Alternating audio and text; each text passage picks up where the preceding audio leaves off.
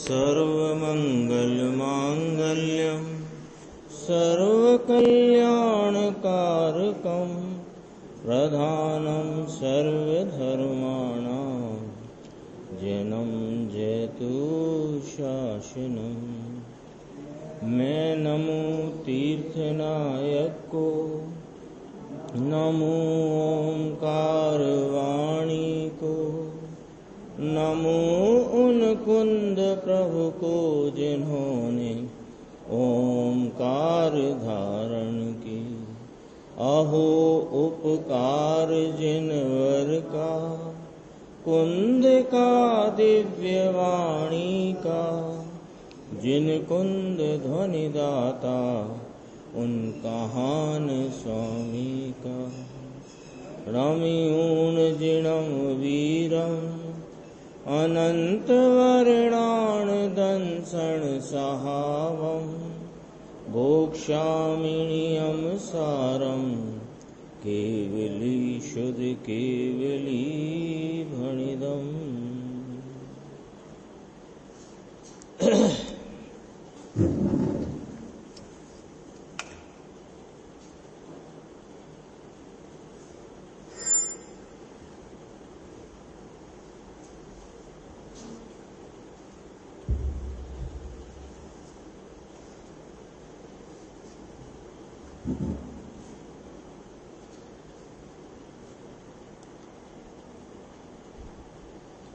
नियमसार जी परमागम ग्रंथ है। इसके शुद्ध भाव अधिकार में गाथा 40 की टीका करते हुए मुनिराज पद्म परमधारी देव ने समय सार जी का एक कलश इसमें उद्धृत किया। टीका में 11वें नंबर का श्लोक है। 14वीं गाथा के बाद जो श्लोक समय सार जी में आया है उसको यहाँ शुद्ध भाव की व्याख्या करते हुए यहाँ पर उद्धृत किया। कौन ने? टीकाकार मुनिराज पद्म परमधारी देव ने। तो वो श्लोक की स्वाध्याय गुरुदेव के द्वारा अपन जो व्याख्या है उस पे देखते हैं 91 पेज। इस प्रकार आचार्य देव श्रीमद अमृत चंद्र सूरी ने श्री समय सार की आत्मख्याति नाम की टीका में 11वें श्लोक द्वारा कहा है। नहि विदधति बद्धस्पृष्ट भावादयोऽमि स्फुटम् उपरि तरन्तोपते यत्र प्रतिष्ठाम् अनुभवतु तमेव द्योतमानं समन्तात् जगत पगत मोहि भूय सम्यक स्वभावम। इसमें देखो ये ऊपर की 4 लाइन छोड़ के कि हे जगत के जीवो, मोह रहित होकर के भगवान एक बार तो पर की सावधानी का विकल्प यह स्वरूप में नहीं, ऐसा निर्णय करके एक बार मिथ्यात्व भाव को छोड़कर यानी पर की सावधानी को छोड़कर एक बार भगवान आत्मा के सावधान स्वभाव तरफ जुड़ जाए और पर तरफ के सावधानी के विकल्प की एकता तोड़कर, तो क्या नजर आएगा कि यह शुद्ध भाव कैसा कि सर्व तरफ से प्रकाशमान भगवान आत्मा चारों बाजू से प्रकाशमान, असंख्य प्रदेशों में चैतन्य के तेज के नूर का पूर। अभी आया था शब्द चैतन्य के नूर का पूर माने प्रवाह। तो इसका प्रवाह कैसा है? कैसा प्रवाह है? चैतन्य के नूर का पूर। ये है ना, जैसे मान लो यहाँ पीले प्रकाश वाला बल्ब हो तो उस बल्ब को कहेंगे पीले, या लाल वाला हो तो लाल प्रकाश का पूर। क्यों? कि वो लाल प्रकाश का प्रवाह चल रहा है। तो वो प्रवाह कैसा चलेगा कि लाल लाल लाल लाल, ऐसे यह चैतन्य के नूर का पूर, तो इसका जो काल प्रवाह में जो वर्तता हुआ स्वयं का परिणमन प्रवाह है, उसमें यह जानना देखना जानना देखना जानना देखना चैतन्य का प्रवाह है। ये बहुत ही गंभीर 4 लाइन है। यदि समझो तो ये अपने को सीधी सीधी दिशा निर्देश है कि भैया क्या करना। अपने प्रश्न रहता है ना, जब तक अपने को अपनी परिणति में अतीन्द्रिय आनंद का भाव वेदन में नहीं आया, तब तक ये प्रश्न चलता ही रहता है। कौन सा प्रश्न? यहाँ अपन सब क्यों एकत्रित होते हैं कि वह जो आत्मा आनंदमय है उसकी परिणति में प्राप्ति उपलब्धि कैसे होए, इसी के लिए तो एकत्रित हुए हैं। तो उसका यहाँ 4 लाइन में देखो निर्देश भाई, सारी बातें छोड़कर सीधा सीधा उपाय कहते हैं, है ना। सब कोई यूं कर लें क्या साहब, यूं कर लें क्या साहब, यूं कर लें क्या साहब, तो कहते हैं कुछ ना करो, तुम तो ये करो और ये करो, और हमारी गारंटी है कि तुम्हारी परिणति में यह आत्मा प्रकट प्रत्यक्ष हाजिर होकर के अपने अतीन्द्रिय आनंद रूपी अनंत सामर्थ्य का प्रकट वेदन होएगा। सुनो अभी क्या कहते हैं, दोबारा से पढ़ेंगे। हे जगत के जीवो, किनको संबोधित किया? हम सबको। हे जगत के जीवो, तो मुझे संबोधन आया, तो मुझसे क्या कहते हैं आचार्य अमृतचंद्र भगवान के मोह रहित होकर। मोह माने क्या? कि मोह माने पर की सावधानी का भाव। पर की सावधानी का भाव क्या होता है कि मुझ आत्मा को छोड़कर जितने यह रागादि से लेकर के अनंत पदार्थ हैं, पर उनमें मैं और मेरा पना, ये पर की सावधानी। तो ऐसी पर की सावधानी का विकल्प ये भाई मेरे स्वरूप में नहीं है। मेरा जो स्वरूप है, जो मेरा मूल भाव है, उसमें यह पर की सावधानी का विकल्प यानी मोह, यानी भ्रांति, यानी कि भ्रम, यानी कि रागादि भाव से लेकर के अनंत पर द्रव्य में और मेरे, यह भाव मेरे स्वरूप में नहीं। एक एक पॉइंट है, स्टेप बाइज स्टेप बाइज। तो ये मेरे स्वरूप में नहीं, ऐसा निर्णय करके निर्णय कराया। ऐसा निर्णय करके एक बार मिथ्यात्व भाव को छोड़, तो हम तो साहब मिथ्यात्व भाव छोड़ने ही बैठे हैं, पर छूटे कैसे? तो कहते हैं कि तुम जो पर की सावधानी का भाव है उसमें तुम रम रहे हो, उसमें तुम रत हो रहे हो, लीन हो रहे हो। तो मिथ्यात्व को छोड़ना माने पर की सावधानी में होता हुआ जो तुम्हारा भाव है उसमें तुम जो लीन हो रहे हो वहां से हटो। कैसे हटे?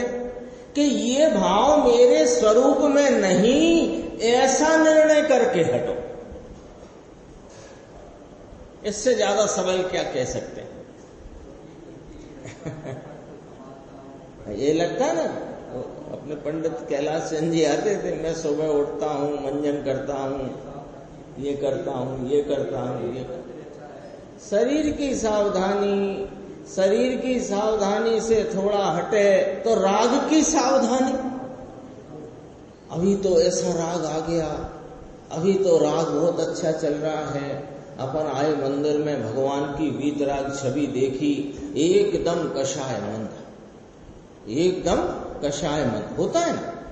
बाहर से चल के आए, यहाँ आकर अपन ने अंदर प्रवेश किया और जैसे ही वीतराग छवि जो देखी जिनेन्द्र परमात्मा की, एकदम कषाय मंद, तो कषाय मंद तो लगा कि यह अब क्या लगे कि ये चलता रहे कषाय मंद, ये राग की सावधानी, ये मंद कषाय चलती रहे, ये राग की सावधानी, ये देह बराबर चले, हष्ट पुष्ट रहे, कोरोना ना हो जाए अथवा अन्य कोई बीमारी नहीं हो जाए, मैं दुबला ना हो जाऊं, मोटा ना हो जाऊं, आदि अनेक प्रकार से परद्रव्य देह की सावधानी। और इससे जो कभी उपयोग हटा तो अन्य प्रशस्त निमित्तों में गया, कषाय मंद हुई तो उसकी सावधानी। ये सब सावधानियां पर की सावधानी का बहुत गजब का लगा मुझे तो ये 4 लाइन। पर की सावधानी संबंधी विकल्प यह मेरे स्वरूप में नहीं, ऐसा निर्णय करो, ऐसा निर्णय करो। कैसे होता है निर्णय? ऐसे होता है निर्णय कि घर से चले तो 500 के 2 नोट जेब में रखे और फिर चलते वक्त एक बार फिर चेक किया और यहां रखकर सब्जी मंडी में पहुंच गए, तो अंदर में निर्णय है कि नहीं कि 2 नोट 500 के हैं? तो एक निर्णय किसे कहते? बस इतना। तो उसमें आपको कोई कहे कि तुम तो पैसे लाए ही नहीं, कौन कहता नहीं लाए? हमको बराबर मालूम है कि हमारी जेब में 500 के 2 नोट हैं। तो एक बार निर्णय करो कि ये पर की सावधानी का भाव मेरे स्वरूप में नहीं। होता ही नहीं, है ही नहीं मेरे स्वरूप में। फिर एक बार मिथ्यात्व भाव को छोड़कर क्या करना कि इधर भगवान आत्मा जो ये जरा देखना शब्द, भगवान आत्मा सावधान स्वभाव। सावधान स्वभाव का अर्थ क्या हुआ? ये स्वभाव से ही सदैव सावधान स्वरूप है, यानी जागृत है। ये जागृत स्वरूप चैतन्य के नूर के पूर्ण स्वरूप, यह मैं भगवान आत्मा, इसकी तरफ सावधानी करो। इसमें उपयोग को जोड़ते और पर तरफ की सावधानी के विकल्प की एकता तोड़कर, शब्द गुरुदेव श्री के इतने कीमती हैं कि समझो आज वर्तमान में इस भगवान आत्मा को प्राप्त कराने में कोई उपदेश, कोई निर्देश कार्यकारी है तो ये, अन्यथा कुछ नहीं है ही नहीं। देखो क्या कहते हैं, उसकी गहराई को देखो क्या कहते हैं। पर तरफ देखो, पहले क्या कहा? पर तरफ की सावधानी का विकल्प तेरे स्वरूप में नहीं, ऐसा निर्णय करो। ठीक है। फिर कहते हैं कि ऐसा निर्णय करके मोह को छोड़ो। मोह माने भ्रांति छोड़ो। तो कैसे छूटेगी भ्रांति? तो कहते हैं, हम उपाय बताते हैं। यह जो अपना निभ्रांत स्वरूप, जो अपना जागृत चैतन्य स्वरूप, उस तरफ जुड़ जाओ। और उस तरफ जुड़ जाओ तो इतना ही नहीं कहा कि पर तरफ का विकल्प छोड़कर जुड़ जाओ। क्या कहा है? पर तरफ के सावधानी के विकल्प की एकता तोड़ दो, क्योंकि तुम्हें अनादि से उन विकल्पात्मक रागादि वृत्ति में एकता चली आई है और स्वरूप से तुम भिन्न पड़े हो वर्तमान परिणाम में। तो उसकी एकता तोड़कर स्वभाव तरफ जुड़ जाओ तो क्या होगा साहब कि सर्व तरफ से प्रकाशमान यह भगवान आत्मा, चारों बाजू से प्रकाशमान, असंख्य प्रदेश में चैतन्य के तेज के नूर का पूर यह आत्मा।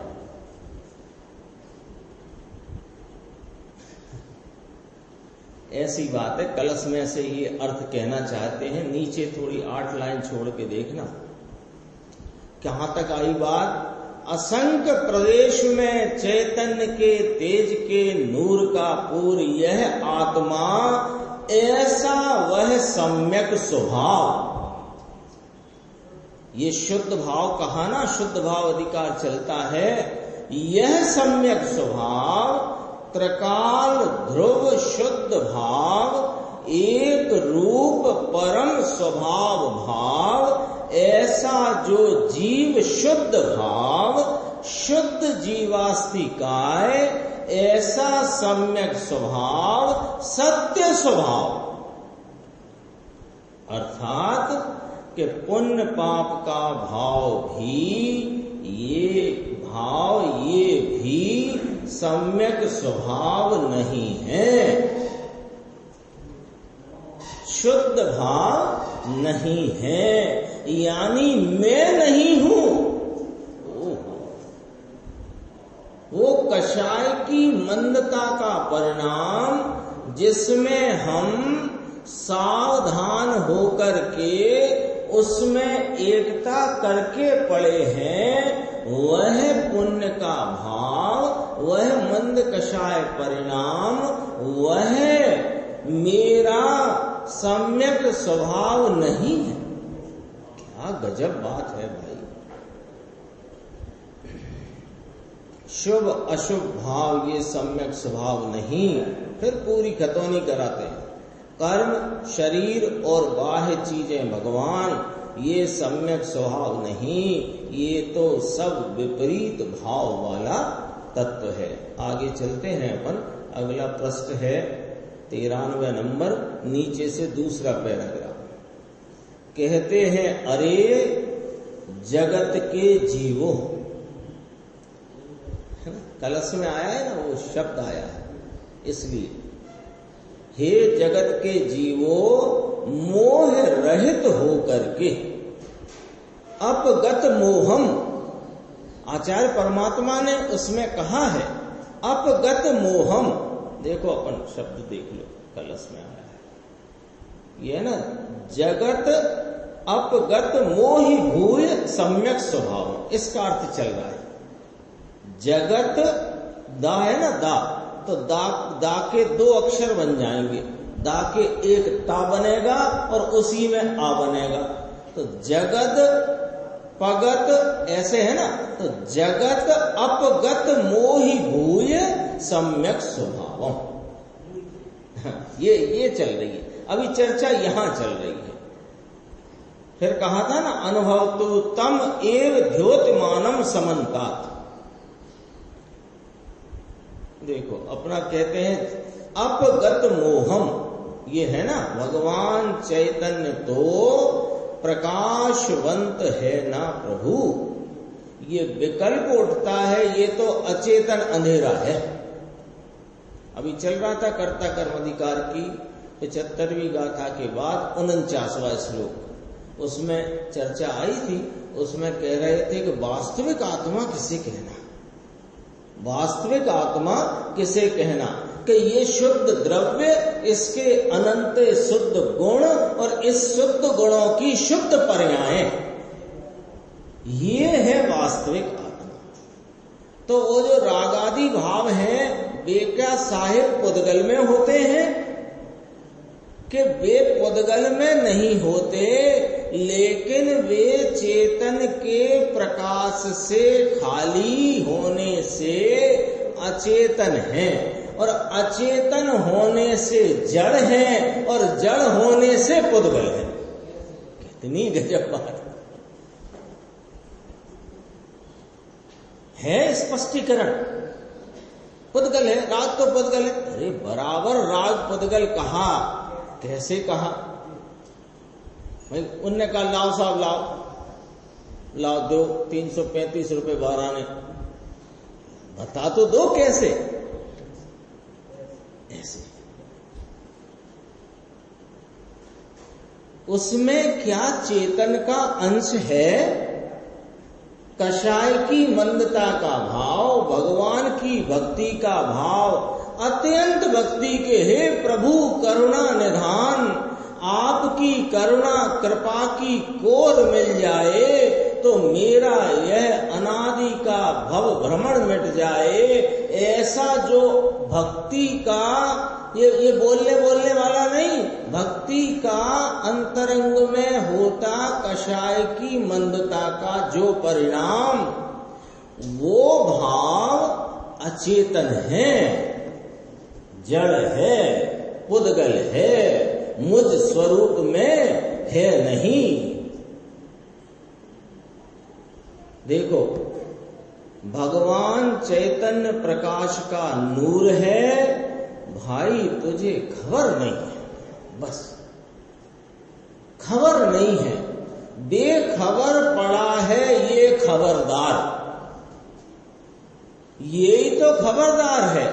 राग तो खबरदार भी नहीं है, राग तो उस राग वर्तता है ना, राग कषाय की मंदता तीव्रता का जो राग, उस राग में तो ऐसी शक्ति ही नहीं है कि वो खबर रख सके।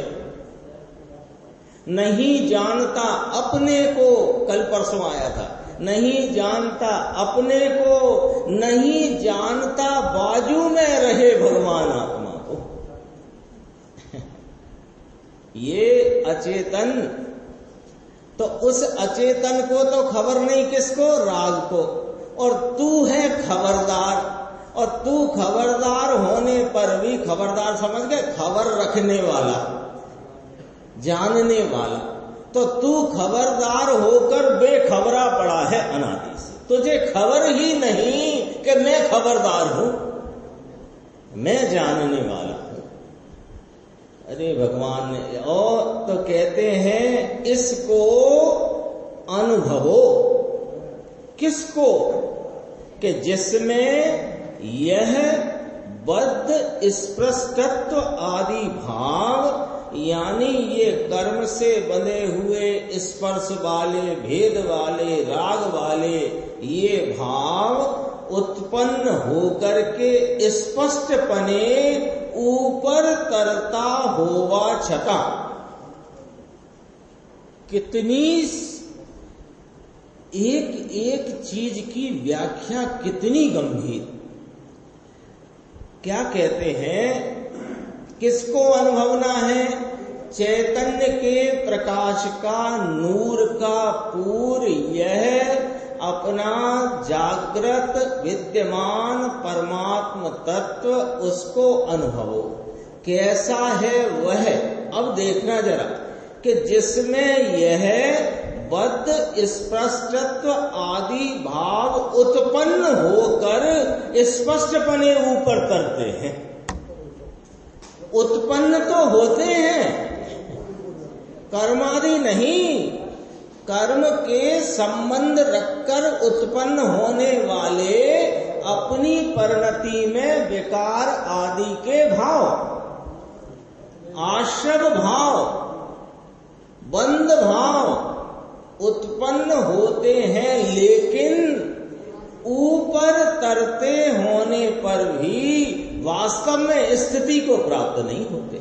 इसका उदाहरण गुरुदेव श्री ने दिया कि 100 टन पानी भरो एक हौज में और उसमें तेल का बिंदु डालो, वो ऊपर ऊपर तरता तो दिखता है, लेकिन स्थिति को प्राप्त नहीं होता।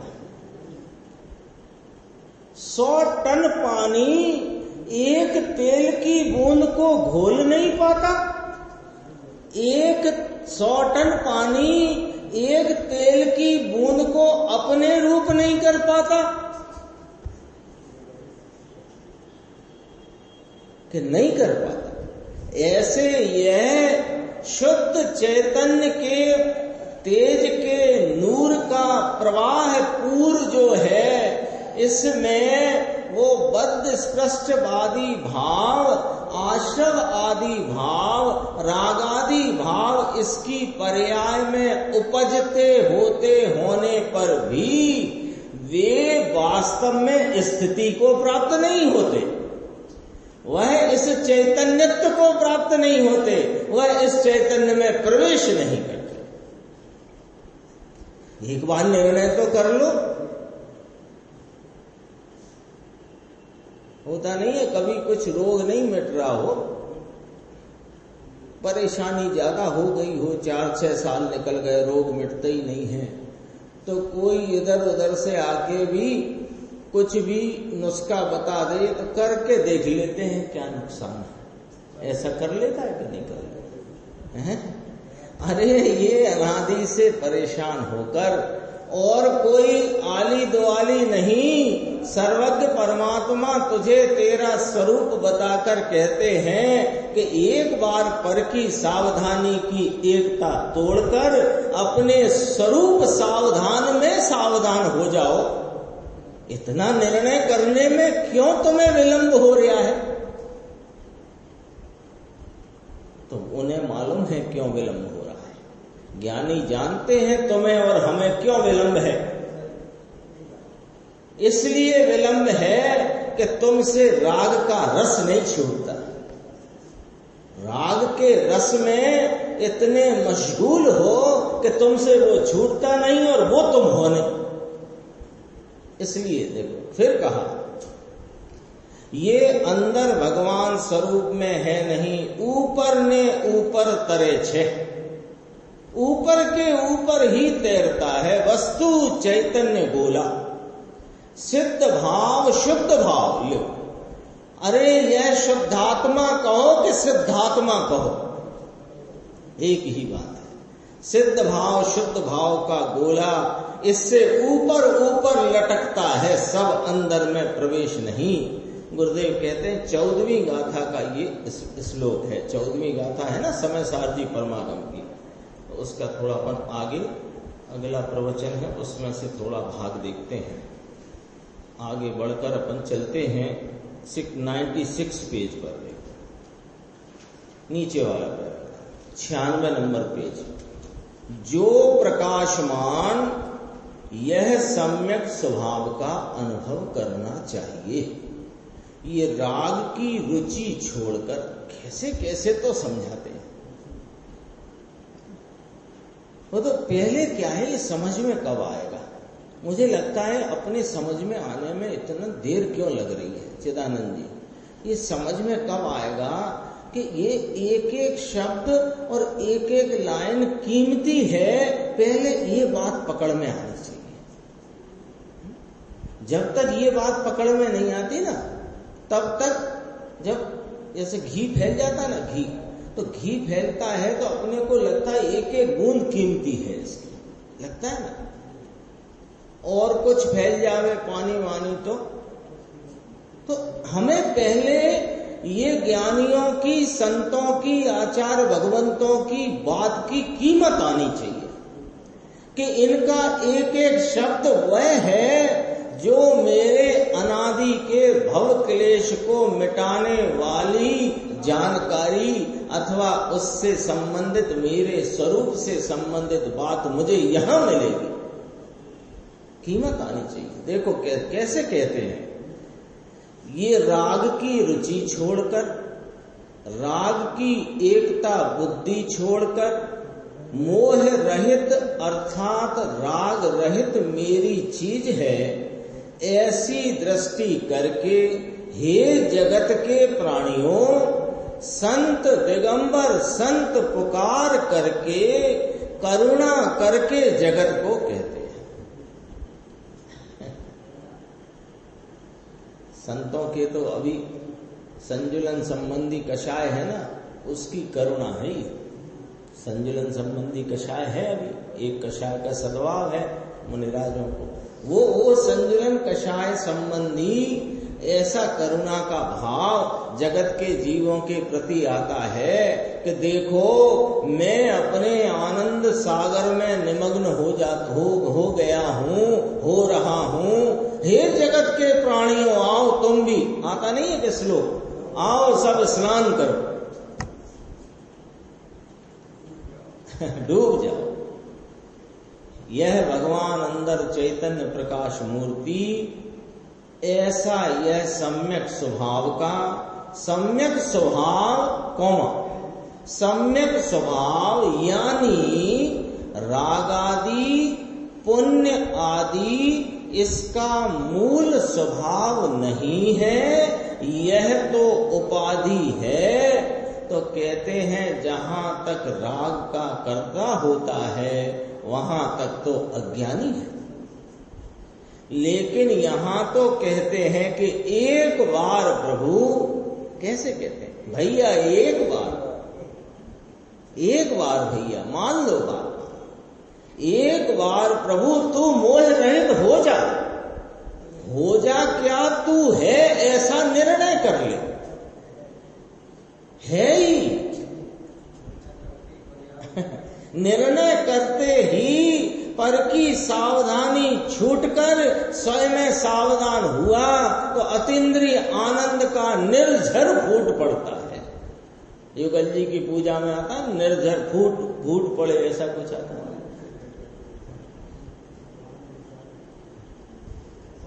सर्वांग निजात्म, मुझे याद है, सर्वांग निजात प्रदेशों से अमृत के निर्झर फूट पड़े, ऐसा भाई तेरी चीज में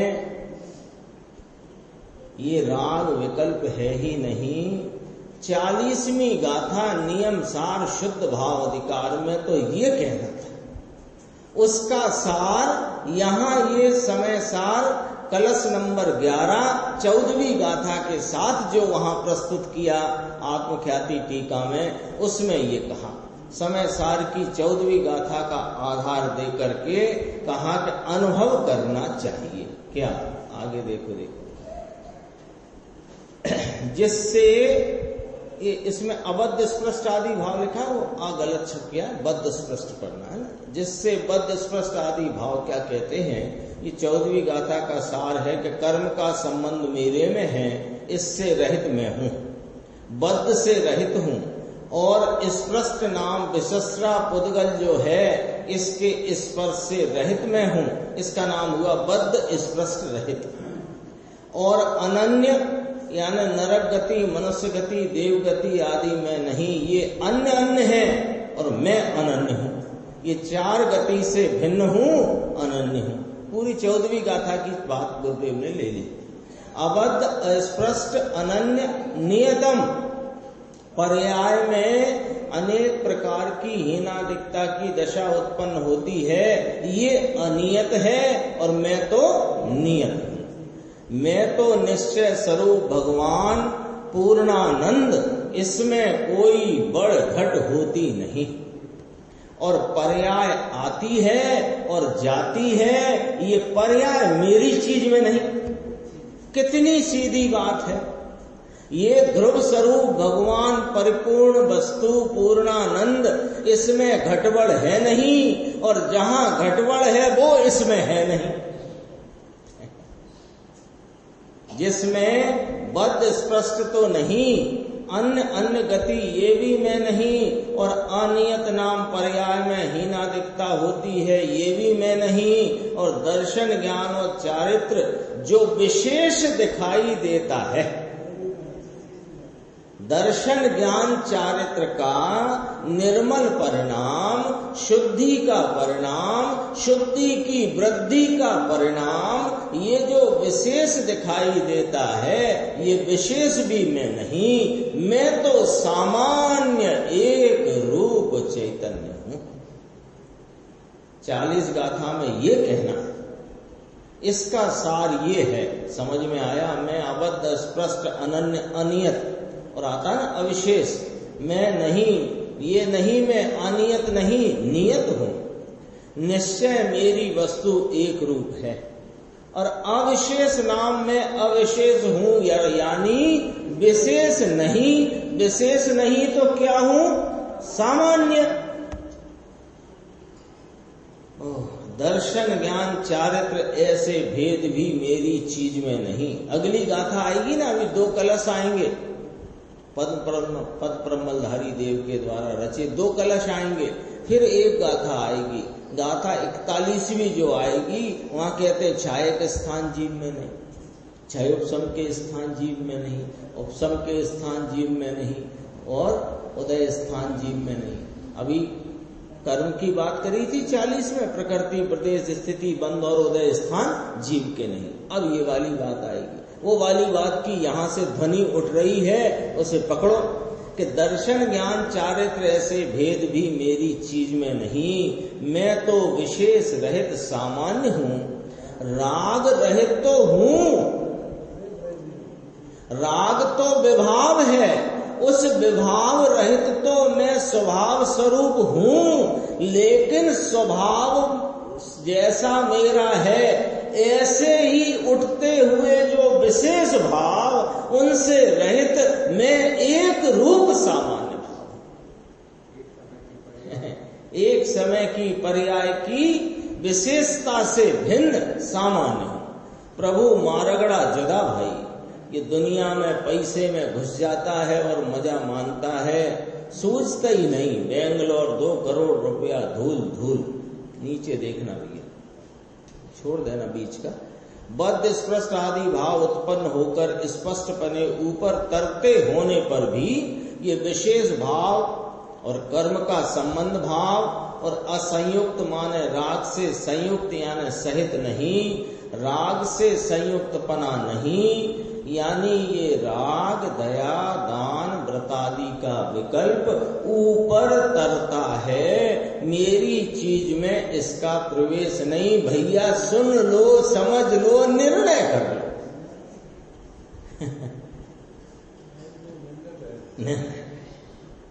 इसको अकेला गाना बना के मत छोड़ो, ज्ञान भिन्न है राग भिन्न है, ज्ञान भिन्न है राग भिन्न है। वो ठीक है, वो भी याद कराने की एक पद्धति है, लेकिन वो उतने में ही मत रह जाओ। क्या निर्देश भाई, ये निर्णय की वस्तु है। ये एक एक शब्द आचार्यों का, ज्ञानियों का, मुनिराजों का इतना कीमती है कि एक शब्द और उसके छोटा सा वाक्य भी यदि आपके ख्याल में आ जाए और निर्णय हो जाए तो ये बाला जन्म सफल हो जाएगा, जन्म मरण का चक्कर टूट जाएगा। और हम सबका नहीं टूटेगा तो फिर किसका टूटेगा? एक बार इतना विश्वास करके सुनना चाहिए कि मुझे अब तो मुझे नियम से भव भ्रमण का चक्र तोड़ना ही है और इस चैतन्य परमात्मा के दर्शन करना ही है। बिल्कुल प्रोजेक्ट बना लो, ये तो करना ही है। कहते नहीं, इस साल तो बच्ची का संबंध करना ही है। तो कहां कहां भटके, अरे यहां तो भटकना नहीं, सब कुछ सामने आ गया।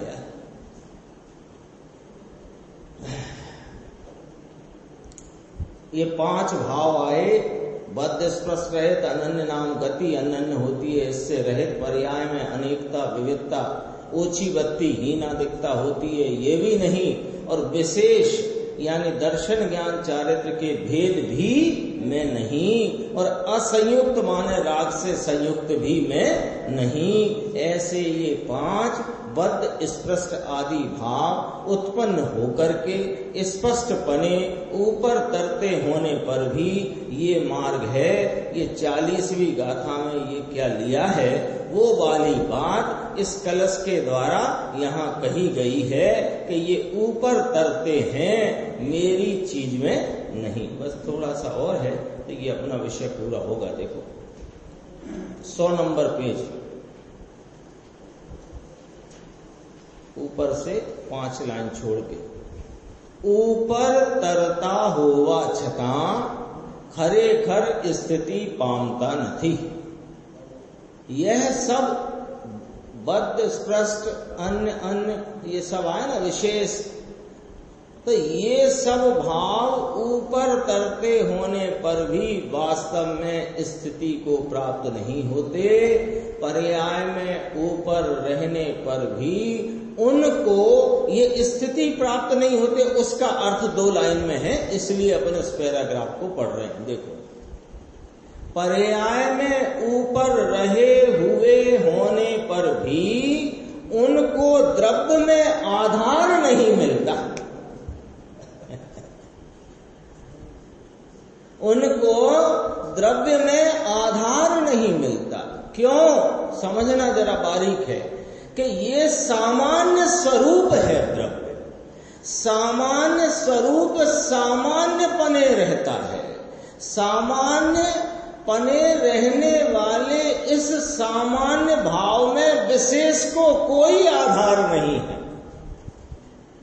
बहुत गजब का पॉइंट है, थोड़ा विचार में लेना। फुर्सत का समय चल रहा है। कैसे कि देखो, यह आत्मा जिसको कहा अवध स्पष्ट है, अनन्य, नियत, अविशेष, असंयुक्त, ऐसा ये जो आत्मा ये सामान्य स्वरूप है। अविशेष कहा ना, तो क्या मतलब निकला? सामान्य स्वरूप है। अब इसके जरा बोल ख्याल में ले लो, फिर विचार में लेना कि ये सामान्य विशेष बिना का है नहीं, लेकिन इस सामान्य में विशेष आधार को प्राप्त होता है।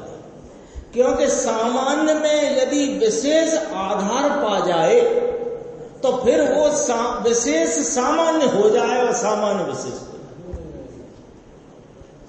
सामान्य और विशेष। सामान्य किसे जानना? एक रूप रहता भाव सामान्य और विविधता वाला भाव वह विशेष। ठीक है? तो सामान्य विशेष बिना भले रहता नहीं, यानी जब देखो तब सामान्य कोई ना कोई विशेष के साथ है, लेकिन सामान्य और विशेष साथ में रहे होने पर भी सामान्य विशेष नहीं होता और विशेष सामान्य नहीं होता। इस प्रकार विशेष को सामान्य द्रव्य में आधार नहीं मिलता, प्रतिष्ठा नहीं मिलती, ऊपर ऊपर करता है। तब गुरुदेव कहते हैं पर्याय ऊपर करती है। तब इसको कल अपन ने शायद दोपहर की बात थी जब अपना एक विषय आया था कि प्रथम तो मिथ्या दृष्टि को अध्यात्म शास्त्रों में प्रवेश नहीं है। भाई अध्यात्म शास्त्र में प्रवेश भी किसको है मुकेश भाई? किसको है कि जिसको द्रव्य गुण पर्याय का यथार्थ स्वरूप पहले नक्की करना पड़ेगा। वो उसके लिए प्रवचन सार है, पंचास्तिकाय है, बराबर समझना पड़ता है। देखो, हालांकि यहां भी गुरुदेव श्री की कृपा है, सारी बात रोज के रोज सामने आती, प्रतिदिन। उसको द्रव्य में आधार मिलता नहीं, प्रतिष्ठा मिलता नहीं। धन्नालाल जी क्या कहते हैं? दर्शन, ज्ञान और चारित्र ऐसे भेद ऊपर तरते हैं। ये विशेष इन वो विभाव को तो छोड़ ही दो, ये तो विशेष निर्मल पर्याय के विशेष। ये विशेष को इस द्रव्य में आधार मिलता नहीं है। यह 40वीं गाथा का सार है। समझ में आया?